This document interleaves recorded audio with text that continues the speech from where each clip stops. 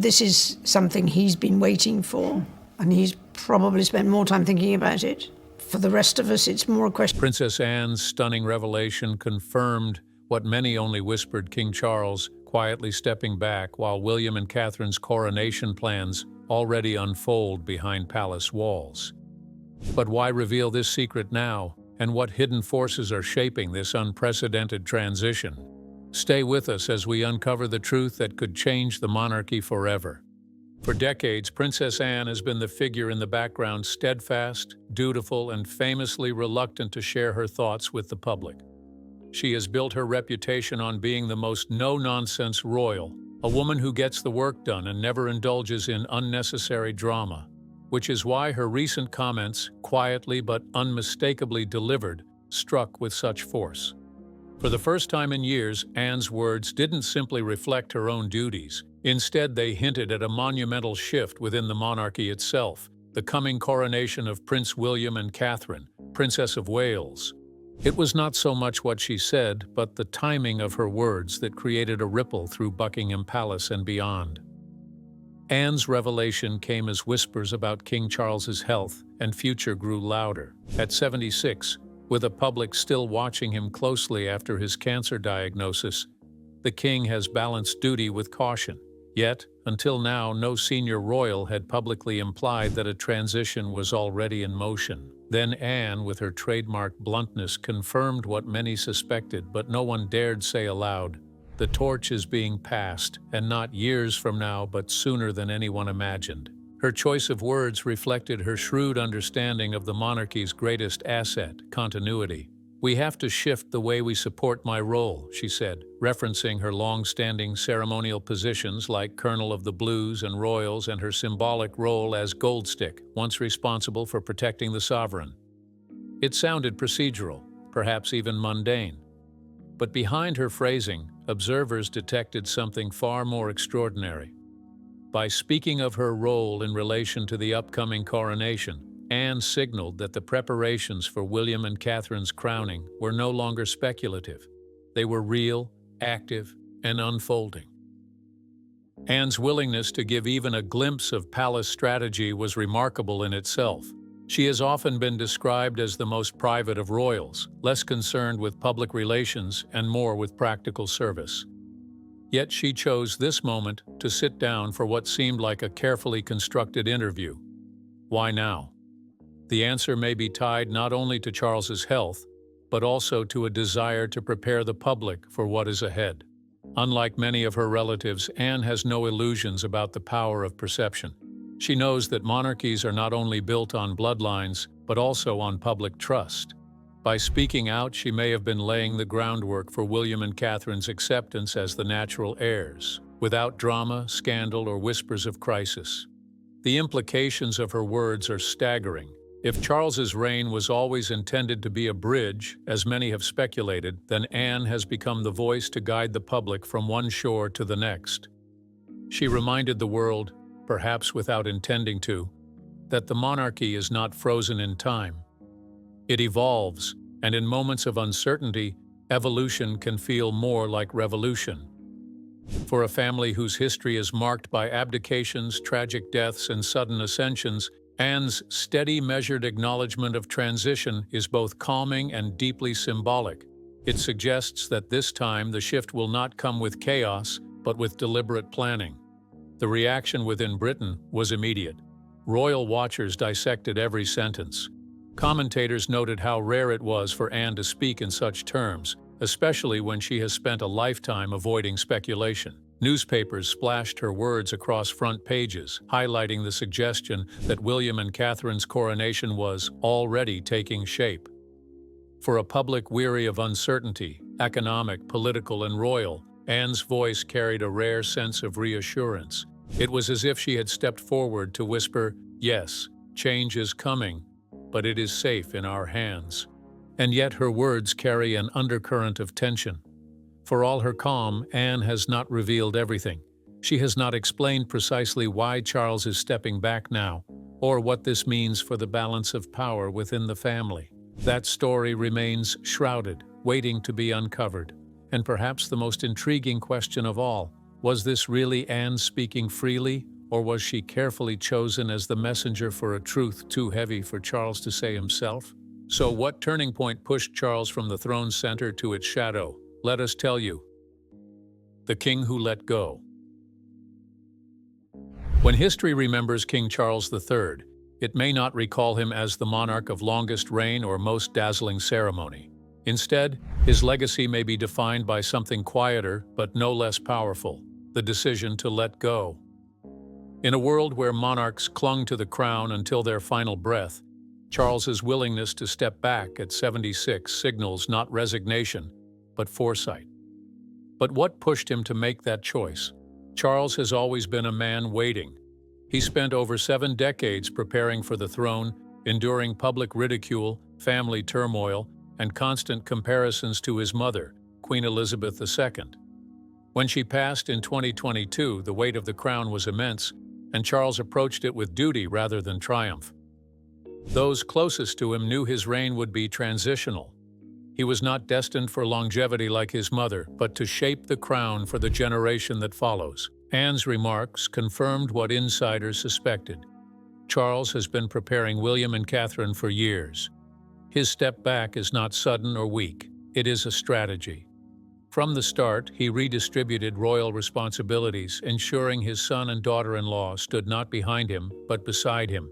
William's lead roles at commemorations and Catherine's deepening causes were not coincidences but signals of a handover in progress. Still, why now? Some point to his cancer diagnosis in 2024. The king faced treatment with stoicism, balancing engagements with recovery, yet health alone cannot explain it. Monarchs before him endured illness while holding power. Elizabeth worked until days before her passing. Charles is doing something different. He recognizes that a modern monarchy cannot afford stagnation. Charles understands optics. He knows the crown's relevance is under scrutiny, especially among younger Britons questioning its cost and purpose. By stepping back, he avoids perceptions of fragility and instead presents a monarchy that evolves with strength. It is not about clinging until the end, but ensuring continuity. His move is both pragmatic and symbolic. He is saying, "The crown is safe, because I have prepared the next generation." What makes this moment historic is how he is doing it. Unlike Edward VIII, who abdicated, or Elizabeth II, who reigned until death, Charles is crafting a middle path blending service with succession. He is not abandoning the crown, but reshaping his role into guidance, allowing William and Catherine to shine while he remains steady behind them. There are glimpses of this in private moments. Insiders describe meetings where Charles quietly defers to William, watching him handle advisors with confidence. Anne recalled Charles smiling at his son as if to say, "You've got this." Such gestures reveal a monarch who sees his greatest achievement not in holding power, but in preparing his successor. His pragmatism carries risk. Critics whisper of early abdication. Some see weakness, others question if William and Catherine are ready. But Charles, with decades of watching the monarchy's highs and lows, knows leadership is about timing as much as endurance. Better to step back while strong than wait until the institution falters. This choice makes Charles's reign unprecedented, even revolutionary. He is redefining kingship not as unbroken reign, but stewardship that can shift hands when needed. Whether history sees it as wisdom or surrender remains uncertain. Yet one thing is clear. By letting go, Charles is placing the monarchy's future in William and Catherine's hands. Behind crowns and ceremonies, this is not only monarchy, it is a father trusting his son, and a king choosing relevance over tradition. But if Charles is shaping the future, what exactly is happening inside palace walls as the coronation preparations unfold in secrecy? Come with us to know. A coronation already in motion. Coronations are usually imagined as distant events, steeped in tradition, shrouded in secrecy, and only revealed when the crown finally changes hands. But this story is different. Behind the closed doors of Buckingham Palace and Windsor Castle, the coronation of Prince William and Catherine is not just an idea waiting on the horizon, it is already unfolding, piece by piece, in quiet but unmistakable ways. Princess Anne's words confirmed what only the most observant royal watchers suspected. The machinery of succession has started to turn. The signs are subtle, almost hidden in plain sight. William has taken on roles previously reserved for the monarch, leading national commemorations, representing Britain at international summits, and speaking on global issues from climate change to mental health. These are not simply ceremonial duties, they are rehearsals, designed to test his presence and accustom both Britain and the Commonwealth to seeing him as future king.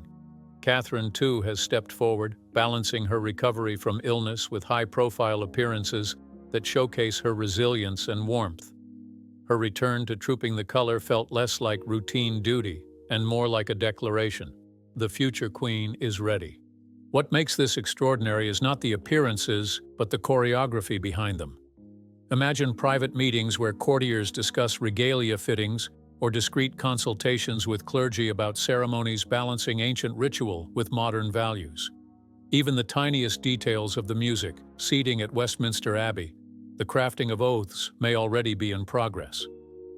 Coronations take years to prepare, and Anne's reference to her ceremonial role makes clear those preparations are underway. For William and Catherine, every action carries symbolic weight. Their coronation will not just crown them, it will set the tone for a monarchy that must survive in the 21st century. Unlike Elizabeth II's coronation in 1953, a pageant of stability, this one must grapple with questions of relevance, cost, and identity. Should it embrace sustainability? Should it be live-streamed to millions? Should traditions shift to appeal to younger generations, skeptical of privilege? These are no longer hypotheticals, but debates inside palace walls. It is easy to imagine William and Catherine sharing quiet, nervous moments, a glance during rehearsal, a whispered acknowledgement of the crown's burden. For them, this is not only history, but family. Their children, George, Charlotte, and Louis, are already woven into the story. George, in particular, is gently introduced as the heir, his poised appearances subtly preparing him for the future. Observers note how different this handover feels. Instead of crisis, it feels deliberate. Instead of abruptness, carefully staged. Instead of being defined by death or scandal, it is framed by continuity and choice. For Anne, who has seen the monarchy weather decades of turbulence, this represents something profoundly new, a coronation already in motion, where power passes less like a break and more like a bridge. Yet beneath the sense of preparation lies secrecy. How much is the public really allowed to know? Are the palace's signals meant to reassure or distract from the uncertainty of Charles's step back? And perhaps most intriguing, if the coronation is already in motion, when will it happen and how soon will the world find out? The whispers inside Buckingham Palace grow louder, but the answer may lie not only in rituals, but in the strength of the couple set to wear the crown. Because while the event takes shape, the true story is the partnership at its center. But what makes William and Catherine's bond powerful enough to carry a 1,000-year-old institution into a new age? Stay with us to know. The power of two. In every age of the monarchy, there have been defining partnerships. Some were harmonious, others turbulent, but all shaped the crown in profound ways. Today, the monarchy stands on the shoulders of one such partnership, Prince William and Catherine. Together, they are more than heirs waiting their turn. They are a team that embodies the future of royalty, blending strength with empathy and tradition with innovation. Yet, as Anne herself has hinted, their unity is not simply a personal blessing. It is the secret weapon that may determine whether the monarchy thrives or fades in the 21st century. To understand their impact, one must see how differently they approach their roles compared to royals before them. William grew up under the shadow of a fractured monarchy, marked by scandals and divorce. From an early age, he watched his parents' marriage unravel, shaping his determination to build a stronger foundation for his own family. That determination is clear in the way he has forged his partnership with Catherine, ensuring their marriage is not ceremonial, but grounded in trust and teamwork.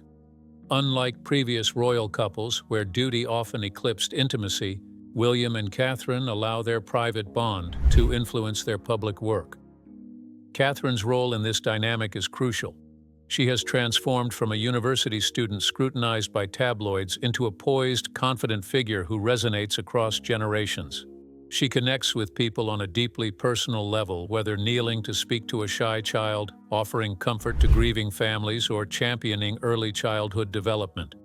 In contrast to the distant aura that once surrounded the monarchy, Catherine's warmth makes the crown feel relatable. William has embraced the global stage with quiet authority that mirrors his father's sense of duty but adapts it to modern challenges. His Earthshot Prize, aimed at tackling climate change, positions the monarchy as a leader in addressing the defining issue of our time. In speeches and forums, he balances formality and earnestness, appealing to leaders while reaching younger audiences who often feel disconnected from royal tradition. Together, William and Catherine represent two halves of a whole, the steadfast sense of duty and the compassionate human touch. Their unity has also been tested under fire. Catherine's recent illness, which could have derailed their momentum, became a testament to their strength.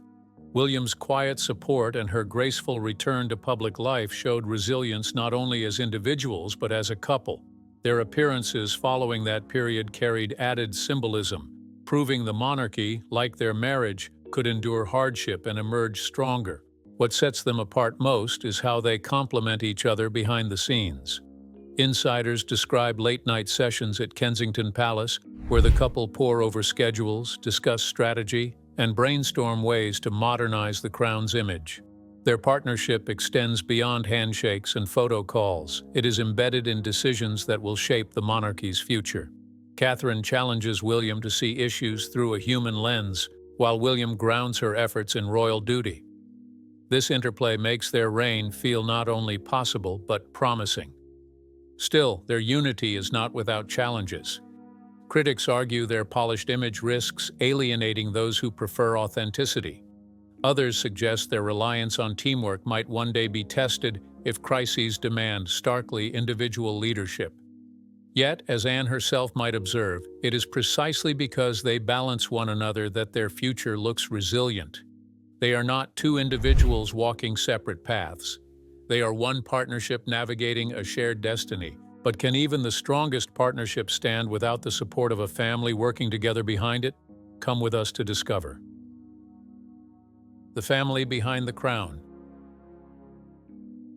The image of a king and queen standing alone at the heart of monarchy is powerful, but incomplete.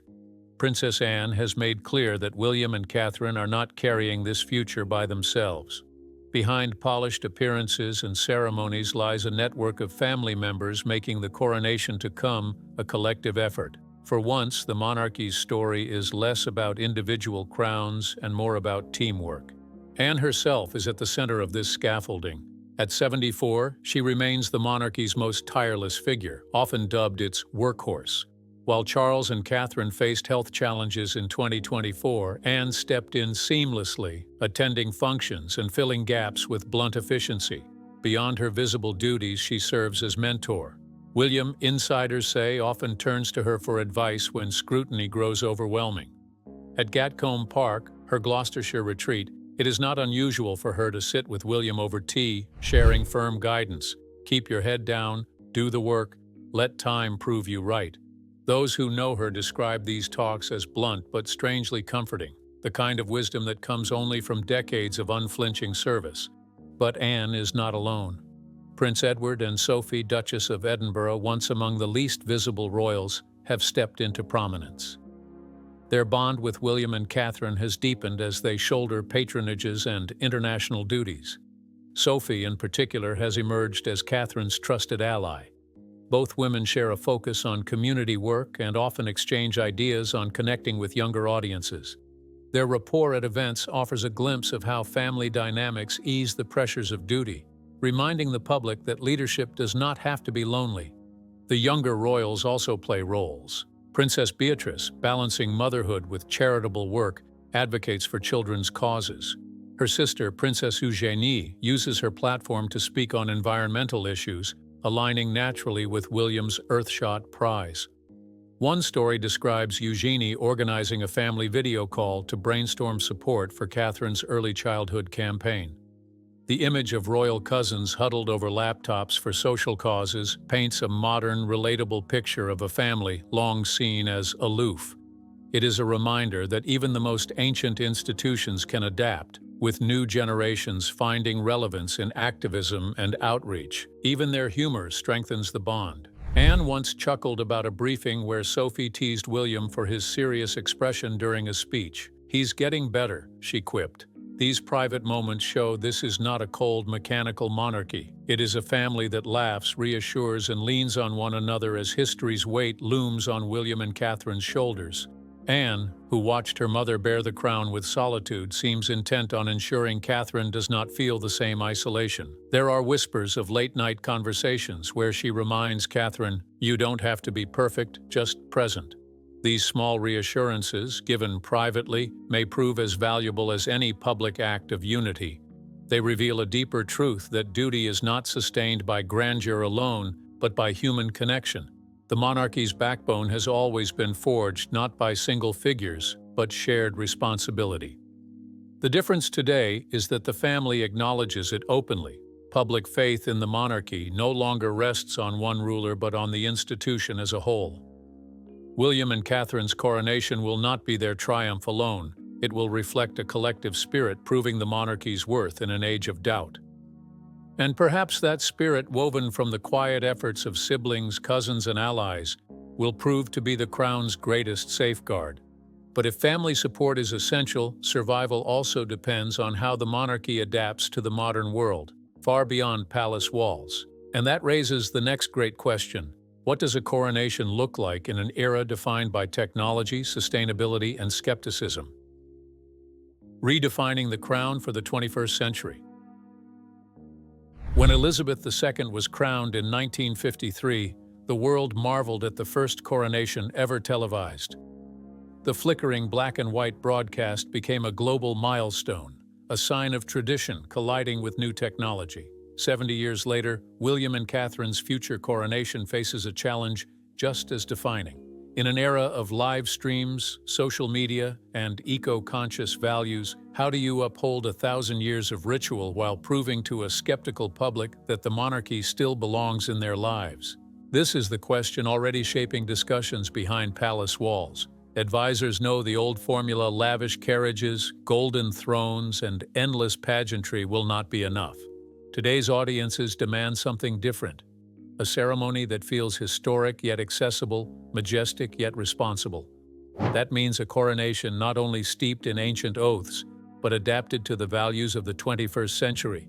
The result could be the most revolutionary coronation Britain has seen. Technology is at the heart of this change. Insiders suggest the event could be broadcast in ways unimaginable even a decade ago, perhaps not just televised, but globally live-streamed with interactive elements. Imagine school children across the Commonwealth watching in real time, or citizens joining virtual Q&A sessions with historians, explaining each ritual as it happens. Such innovations would make the monarchy not a distant spectacle but a shared global experience. Sustainability is also likely to play a crucial role. Charles has long championed environmental causes, and William has followed with initiatives like the Earthshot Prize. To honor that legacy, the coronation could adopt green practices that send a powerful message. Traditional robes might be reused rather than remade, ensuring continuity while avoiding excess. Decorations inside Westminster Abbey could highlight sustainable materials. There are whispers that eco-friendly transport, such as electric-powered carriages, could replace some of the gas-guzzling traditions of the past. Beyond technology and sustainability lies something even more crucial: accessibility. Younger generations often view monarchy as a relic, distant from their own struggles. William and Catherine know this, which is why their coronation could carry elements designed to close that gap. Instead of a celebration confined to elites, there could be public festivals running parallel to the service, allowing families to take part. Picture concerts in city squares, street parties live-streamed alongside the Abbey, and public spaces transformed into coronation gardens. These touches would not just honor tradition, they would invite the nation into the story. Still, change brings risk. Critics already question the expense of royal ceremonies in times of economic strain. A coronation too extravagant could spark backlash, while one too stripped down risks losing the magic that makes the crown unifying. William and Catherine's challenge will be to walk this tightrope, balancing heritage with humility, spectacle with sincerity. Anne's perspective highlights the stakes. She often speaks of continuity, reminding the public that monarchy is not about flashy reinvention, but steady evolution. And yet, she acknowledges that standing still is not an option. The coronation must feel like both an anchor and a leap forward rooted in history, but modern. The symbolic power of such a redefined coronation extends far beyond Britain. For the Commonwealth's 56 nations, many of which are debating ties to the crown, the event could serve as a test of relevance. A ceremony embracing inclusivity and global participation might rekindle connections. One that clings rigidly to pomp could widen the rift. William and Catherine's coronation is not simply a British affair. It is a statement to the world about what monarchy means in an age of change. But can even the boldest coronation truly succeed without testing the deepest human element of monarchy: love, legacy, and the courage to let go? Let us tell you.